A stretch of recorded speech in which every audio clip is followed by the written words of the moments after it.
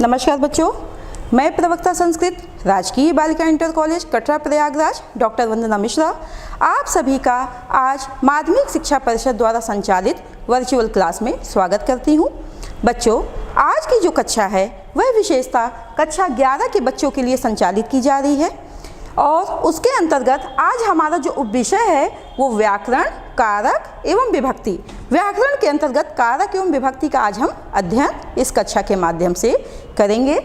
बच्चों, व्याकरण वह साहित्य है या व्याकरण वह जगत है जिसके बिना संस्कृत काव्य जगत की कल्पना भी नहीं की जा सकती है। व्याकरण ही वह प्राण है जिसके माध्यम से काव्य जगत का निर्माण होता है। अगर किसी भाषा का व्याकरण कमज़ोर होगा या किसी भाषा का व्याकरण मजबूती से प्रदान नहीं होगा तो जो संस्कृत साहित्य है वो कमज़ोर और निष्प्राण प्रतीत होने लगेगा। इसलिए संस्कृत काव्य जगत में व्याकरण का बहुत ही ज़्यादा महत्व है। बच्चों, आज जो हम इस कक्षा के माध्यम से पढ़ेंगे उसमें हम कारक एवं विभक्ति का परिचय पढ़ेंगे। इस कक्षा के माध्यम से कारक, विभक्ति एवं चिन्ह का आपस में क्या संबंध है इसका भी आज हम अध्ययन करेंगे। स्वतंत्रता कर्ता सूत्र का आज हम परिचय प्राप्त करेंगे। प्रातिपदिकार, लिंग, परिमाण, वचन मात्रे, प्रथमा सूत्र पर भी आज हमारे द्वारा प्रकाश डाला जाएगा। बच्चों, सबसे पहले आज हम देखते हैं कि कारक क्या है। तो कहते हैं करोति निर्वर्तयति क्रियाम इति कारकम या क्रियान्वयित्वम कारकम, अर्थात किसी न किसी रूप में क्रिया के जो संपादक तत्व हैं उन्हें हम कारक कहते हैं। यही कारण है कि प्रत्येक कारक का क्रिया के साथ सीधा संबंध होता है। यदि कारक का क्रिया के साथ सीधा संबंध नहीं होगा तो उसे हम कारक की श्रेणी में संस्कृत की दृष्टि से नहीं रखेंगे। और विभक्ति क्या है?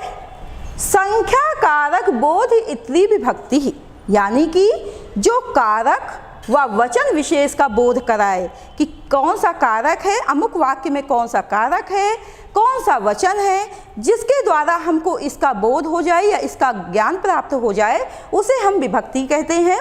कारक की विशेष अवस्था को बतलाने वाली जो सत्ता है वही विभक्ति कहलाती है।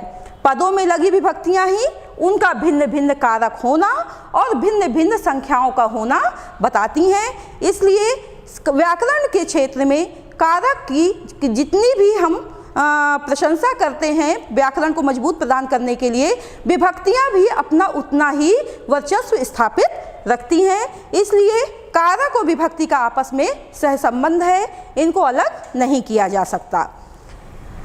अगर हम संस्कृत में कारकों की संख्या पर प्रकाश डालें तो संस्कृत में कारकों की संख्या का निर्धारण किया गया है। कर्ता कर्म करणम चा संप्रदान तथैव चा अपादानाधिकरणे इति आहु कारकाणि षट्। अगर हम इसका हिंदी में ऐसे देखते हैं तो कहेंगे कर्ता, कर्म, करण, संप्रदान, अपादान, अधिकरण। अपादान और अधिकरण ये दो शब्द हैं। तो देखते हैं कर्ता, कर्म, करण, संप्रदानः, यानी कि कर्ता, कर्म, करण और संप्रदान, चाम का तात्पर्य होता है और संप्रदान तथैव च, उसी प्रकार ही अपादान अधिकरणे, अपादान और अधिकरण इति आहु, इसी प्रकार आहु कहे गए हैं कारकाणि षट्, 6 कारक कहे गए हैं। हिंदी में देख लेते हैं, वही चीज लिखी गई है। संस्कृत में कारकों की संख्या 6 निर्धारित की गई है जबकि विभक्तियां 7 होती हैं। कारक 6 होते हैं और विभक्तियां 7 होती हैं। साथ ही उनका चिन्ह भी निर्धारित किया गया है जिसको अभी हम आगे देखते हैं।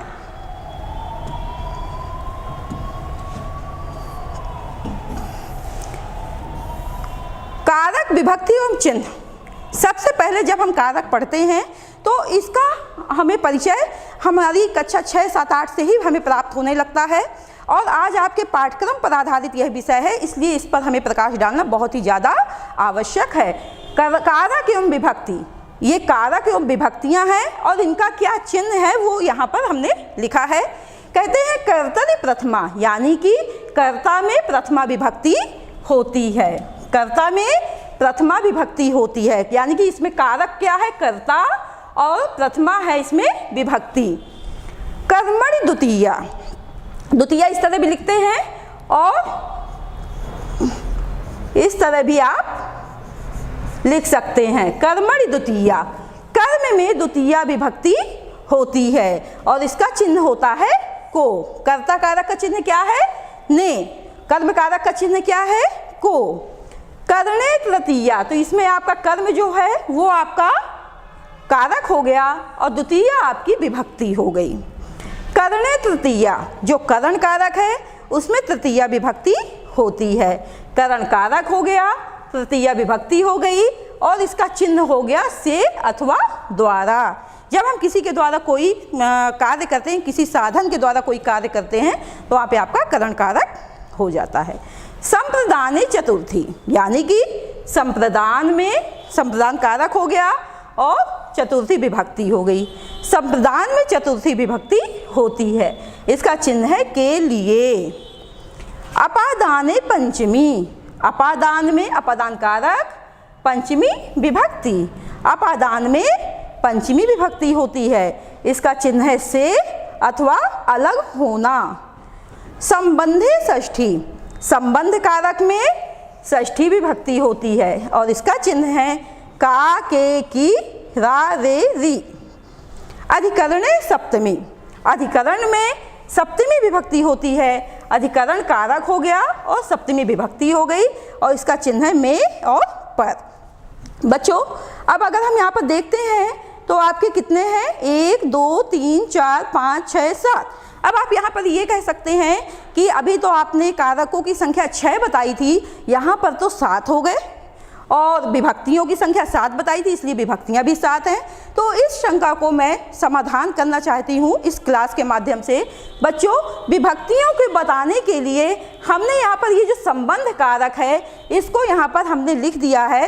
संस्कृत में आपके 7 ही कारक, 7 या 8 कारक माने जाते हैं। अगर आप संबोधन को जोड़ देते हैं, संबोधन अगर आप इसको जोड़ देते हैं तो आपका 8 कारक हो जाते हैं हिंदी में। लेकिन अगर आप संबोधन को नहीं जोड़ते हैं तो कहीं कहीं 7 और कहीं कहीं 8 आपके कारक बताए जाते हैं। लेकिन संस्कृत में आपके जो कारक हैं वो सिर्फ 6 हैं और क्रिया का, पहले मैंने बताया था कि क्रिया का जिसका साक्षात संबंध क्रिया से जिसका होगा वही कारक होगा और संबंध में कारक में क्रिया का साक्षात संबंध, क्रिया का साक्षात संबंध नहीं होता है, इसलिए इसे हम कारक की श्रेणी में नहीं रखते हैं। इसको आगे देख लेते हैं। इसको हमने केवल विभक्तियां बताने के लिए आपको ये बताया गया है कि ये 7 हैं, लेकिन अगर हम कारक करेंगे तो कारक में आपके 6 कारक आएंगे। कर्ता कारक, कर्म कारक, करण कारक, संप्रदान कारक, अपादान कारक और अधिकरण कारक। इसको हम कारक नहीं मानते हैं। विभक्तियां आपकी 7 हो जाएंगी, प्रथमा, द्वितीया, तृतीया, चतुर्थी, पंचमी, षष्ठी और सप्तमी। ठीक है।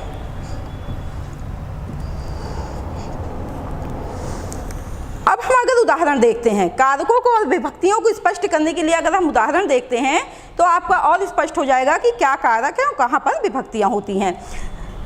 बालकः पठति, अगर हम यहाँ पर देखते हैं कि बालकः पठति, क्रिया क्या है? खाना, पीना, सोना, जगना, ये सब क्रियाएं ही तो हैं। तो पठति, पठति यहाँ पर क्रिया हो गई, यानी कि पढ़ना, पढ़ना यहाँ पर क्रिया हो गई। और पढ़ने की क्रिया कौन कर रहा है? बालक कर रहा है। तो जो क्रिया को संपादित करे वो कर्ता होता है। तो यहाँ पर जो बालक है यानी कि लड़का जो है वो कर्ता हो गया। क्या हो गया? कर्ता।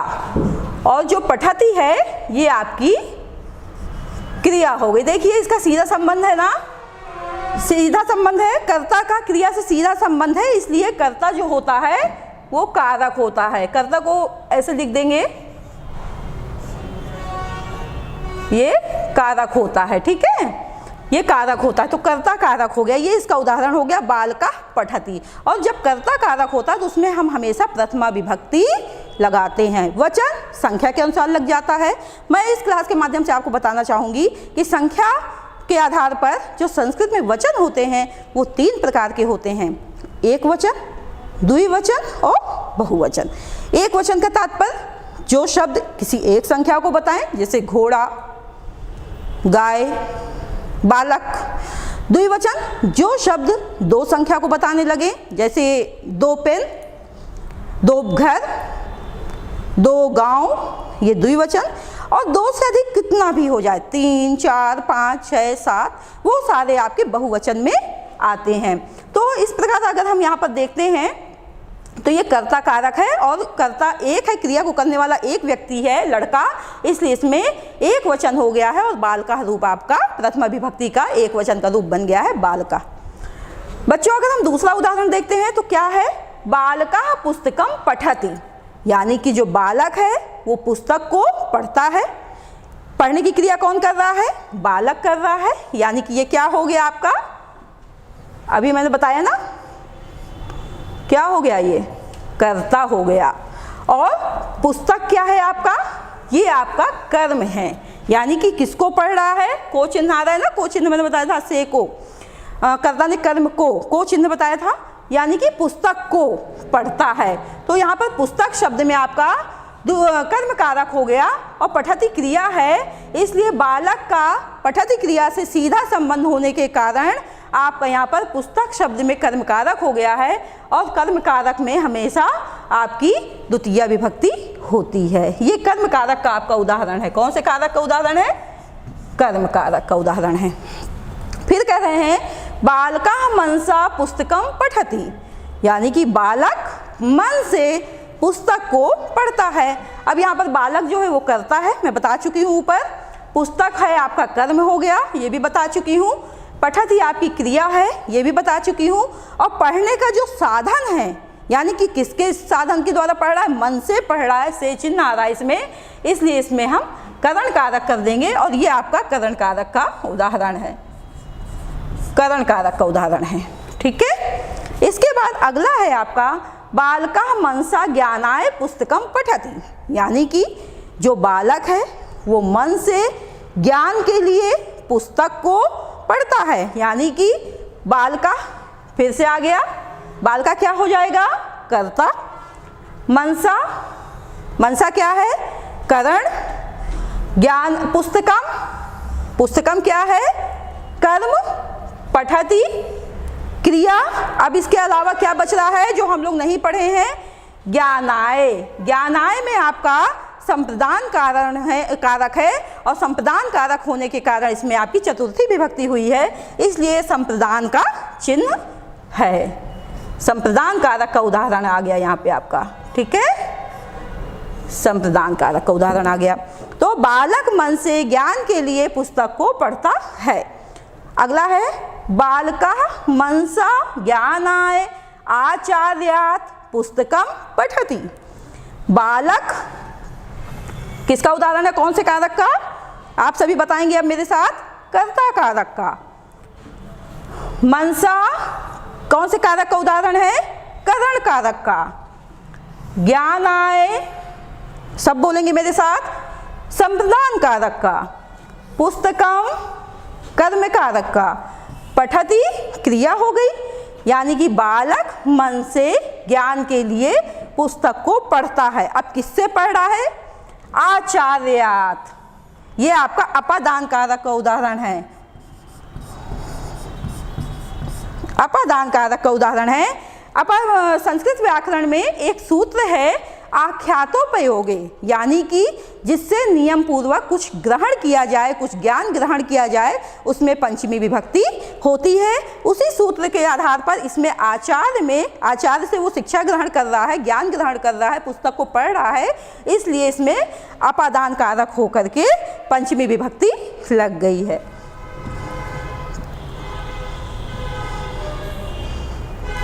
देखिए अब अगला देखते हैं, बालका विद्यालये आचार्यात् ज्ञानाय मनसा पुस्तकम पठति। बालका कौन से कारक का उदाहरण है, सब बच्चे मेरे साथ बताएंगे, कर्ता कारक का, ये सबने पढ़ा है भी। आचार्यात् अपादान कारक का, ज्ञानाय संप्रदान कारक, मनसा करण कारक पुस्तकम कर्म कारक, और ये जो पठती आ गया ये आपकी हो गई क्या, क्रिया। यानी कि बालक विद्यालय में, ये देखिए अधिकरण कारक का चिन्ह आ गया में पे पर, बालक विद्यालय में आचार्य से ज्ञान के लिए मन से पुस्तक को पढ़ता है। अब ये आपका आया अधिकरण कारक का, यानी कि में पे पर, आधारो अधिकरणम, कारक का ये सूत्र है आधारो अधिकरणम, यानी कि जहाँ पर आधार बना करके या जिस पर बैठ करके कोई कार्य किया जाता है, यहाँ जहाँ पर स्थित होकर के कोई क्रिया की जाती है उसमें हम अधिकरण कारक करते हैं, और जहाँ अधिकरण कारक होता है वहाँ पर सप्तमी विभक्ति का प्रयोग किया जाता है। तो बालक कहाँ पर विद्याध्ययन कर रहा है, बालका विद्यालय, यानी कि विद्यालय में पढ़ रहा है, पढ़ने की जगह विद्यालय है, पढ़ने का स्थान विद्यालय है, इसलिए विद्यालय में आपका अधिकरण कारक हो गया, और अधिकरण कारक में हमेशा सप्तमी विभक्ति होती है। तो ये किस कारक का उदाहरण है, अधिकरण, अधिकरण कारक का उदाहरण है। तो बच्चों इस प्रकार हमने देखा कि हमने 6 कारक पढ़े हैं आपके, और संस्कृत में कारकों की संख्या 6 ही निर्धारित की गई है। उपर्युक्त उदाहरणों में बालका, पुस्तकम, मनसा, ज्ञानाय, आचार्यात्, विद्यालय शब्द का पठति क्रिया, क्रिया क्या है, पठति से संबंध प्रतीत हो रहा है, इसलिए ये सभी कारक हैं। जिसका क्रिया से साक्षात संबंध नहीं होगा, मैं फिर बताना चाहूँगी, जिसका क्रिया से साक्षात संबंध नहीं होगा, साक्षात का मतलब सीधा संबंध नहीं होगा, उसे हम कारक की श्रेणी में नहीं रखेंगे। आगे देखते हैं, इन्हें भी देखें, यानी कि ये वो उदाहरण हैं जो संस्कृत की दृष्टि से कारक की श्रेणी में नहीं रखे जाते हैं। जैसे बालका मित्रस्य गृहम गच्छति। अब देखिए ध्यान से इसको, यहाँ पर क्रिया कहाँ पर है, क्रिया जाना, खाना, सोना, पढ़ना, आना, ये बैठना, ये सारी हमारी क्रियाएं हैं। जो भी हम दिन भर में काम करते हैं ये सारी हमारी क्रियाएं होती हैं, और संस्कृत में क्रियाओं के धातु रूप चलते हैं। तो गच्छति यहाँ पर आपकी क्रिया है, तो कहते हैं यहाँ पर जो क्रिया है वो गच्छति है। ठीक है, अब देखें यहाँ पे बालका यानी कि लड़का क्या है, मित्रस्य, मित्र के, देखिए संबंध होने लगा, गृहम घर को, गच्छति जाता है, यानी कि गच्छति क्रिया कौन कर रहा है, बालक कर रहा है, इसलिए बालक में आपका कारक हो गया। और कौन सा कारक हो गया इसको हम फिर बताएंगे आपको,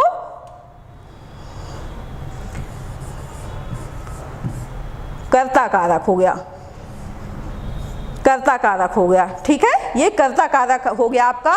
और मित्रस्य गृहम, मित्र के घर, यानी कि यहाँ पर संबंध प्रतीत हो रहा है। बालक क्रिया कौन कर रहा है, बालक कर रहा है, इसलिए बालक में आपका कर्ता है, कारक है, और कारक होने के कारण बालक ही कारक का शब्द है। मित्रस्य गृहम, यहाँ पर मित्र के घर, यहाँ पर संबंध प्रतीत हो रहा है, क्रिया से सीधा संबंध बालक का है ना कि मित्र का, इसलिए यहाँ पर बालक में कर्ता कारक हो जाएगा। और मित्रस्य इसमें संबंध कारक हिंदी में माना जाता है, संस्कृत काव्य जगत में नहीं माना जाता। तो मित्रस्य गृहम, षष्ठी विभक्ति लगा, मित्र के, का, के, की, रा, रे, री, ये चिन्ह मैंने भी आपको बताए थे कारक और विभक्ति के। तो मित्र के घर, यानी कि मित्रस्य गृहम, मित्र के घर, यहाँ पर संबंध प्रतीत हो रहा है, इसलिए यहाँ पर संबंध कारक इसमें मान लिया जाएगा। हिंदी की दृष्टि से ध्यान दीजिएगा, संस्कृत की दृष्टि से ये कारक नहीं है, संस्कृत की दृष्टि से इसको कारक नहीं मानते हैं, हिंदी की दृष्टि से इसमें संबंध कारक माना जाएगा। केवल विभक्ति बताने के लिए इसका प्रयोग यहाँ पर किया गया है, क्योंकि क्रिया से सीधा संबंध बालक का है ना कि मित्र का, इसलिए कारक बालक में है, मित्र में नहीं है। इसलिए ये षष्ठी विभक्ति का उदाहरण है। कौन सी विभक्ति का है, षष्ठी विभक्ति का उदाहरण है। विभक्ति बताने के लिए आपको ये उदाहरण हमने दिया है। हे बालका त्वम मित्रस्य गृहम गच्छसि, हे बालक, देखिए संबोधन का चिन्ह आ गया यहाँ पे, हे बालक, तुम मित्रस्य गृहम, मित्र के घर, गच्छसि, जा रहे हो, हे लड़के, हे बालक, तुम मित्र के घर जा रहे हो या मित्र के घर जाते हो। तो यहाँ पर सीधा संबंध बालक का जाने से नहीं है, बल्कि उससे कोई प्रश्न पूछ रहा है, इसलिए अभी ये पता भी नहीं है कि बालक जा रहा है कि नहीं जा रहा है। तो इसलिए यहाँ पर बालक भी आपका संबोधन का चिन्ह है, संबोधन। और संबोधन में मैं बताना चाहूँगी हमेशा प्रथमा विभक्ति का प्रयोग ही किया जाता है। वचन के अनुसार जितने वचन होंगे, जितनी संख्या होगी, उस हिसाब से वचन बदल दिए जाएंगे। तो जैसे हे बालका, हे बालक, दो बालक अगर जा रहे हैं तो क्या कहेंगे? भो बालकौ, हे भो, भो बालकौ। अगर बहुत सारे बालक जा रहे हैं तो भो बालका, अरे बालका, हे बालका। तो इस हिसाब से आपका ये क्लास आप इस तरह समझ सकते हैं इस कक्षा के माध्यम से कि ये दोनों साक्षात इनका क्रिया से संबंध नहीं है, इसलिए संस्कृत में इनको कारक की दृष्टि से कारक की श्रेणी में नहीं रखा जाता है। इन दोनों वाक्यों में क्रियापद का क्रमशः गच्छति और गच्छसि से संबंध है। घर का संबंध मित्र से है, ना कि गच्छति क्रिया से, और संबोधन का संबंध बालक से है, ना कि गच्छसि से। इसका अर्थ यह है कि संबंध और संबोधन, ये देखिए ध्यान से पूरा स्पष्ट लिखा हुआ है, क्रियापद से प्रत्यक्षता, प्रत्यक्षता का मतलब साक्षात या सीधा संबंधित नहीं है, इसलिए हम इनको कारक की श्रेणी में नहीं रखते हैं। अब अगला सूत्र हम देखते हैं, कर्ता कारक। ये आपका पाठ्यक्रम पर आधारित सूत्र है। प्रातिपदिकार्थ लिंग परिमाण वचन मात्रे प्रथमा, अर्थात प्रातिपदिक शब्द ऐसे शब्द जो सार्थक हो, जिनका कोई ना कोई अर्थ निकल रहा हो। लिंग अनियत लिंग, यानी कि ऐसा शब्द जो तीनों लिंगों में बोध जिसका किया जा सके, तीनों लिंगों में उनके रूप चल सके। परिमाण अर्थात मात्रा, किसी चीज़ को नापने की जो मात्रा होती है उसे परिमाण कहते हैं। वचन संख्या में प्रथमा विभक्ति होती है। इस सूत्र ये कहता है कि प्रातिपदिकार्थ यानी कि प्रातिपदिक शब्द में, लिंग शब्दों में अनियत लिंग यानी कि ऐसा शब्द जो तीनों लिंगों में चले। परिमाण संख्या, वो मात्रा बोधक शब्द, वचन संख्या बोधक शब्दों में प्रथमा विभक्ति होती है। जैसे उदाहरण के रूप में यहाँ दिया जा रहा है, कृष्णा श्री ज्ञानम, यानी कि प्रातिपदिक शब्द हैं, सार्थक इनका अर्थ निकल रहा है। तटः तटी तटम नियत लिंग है, यानी कि यहाँ अनियत लिंग होने के कारण एक शब्द के तीनों लिंगों में उदाहरण दिया जा रहा है।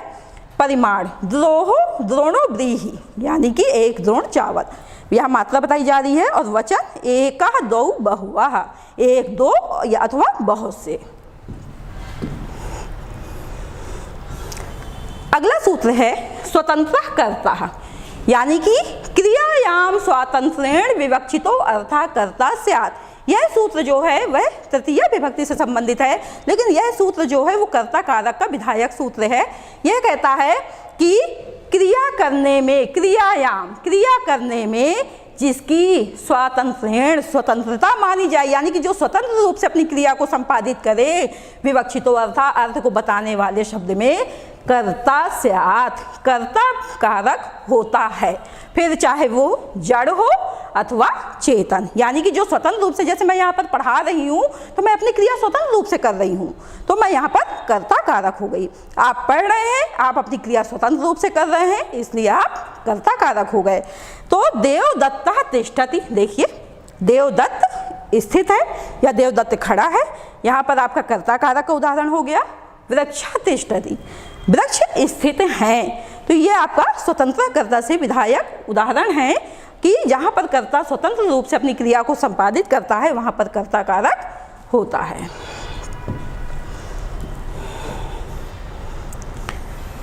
बच्चों, आज की कक्षा के जो अभ्यास के प्रश्न हैं वो यह है, इन पर आधारित आप अपने आज का अभ्यास कार्य करेंगे।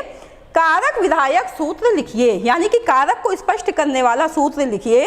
विभक्ति से आप क्या समझते हैं? विभक्ति किसे कहते हैं? विभक्तियों से आप क्या समझते हैं? स्वतंत्रता कर्ता सूत्र किस विभक्ति कारक से संबंधित है? संस्कृत में कारकों एवं विभक्तियों को उदाहरण के साथ बताइए। आज की क्लास में एक बार हम पुनरावृत्ति कर लेते कि आज हमने क्या क्या जाना।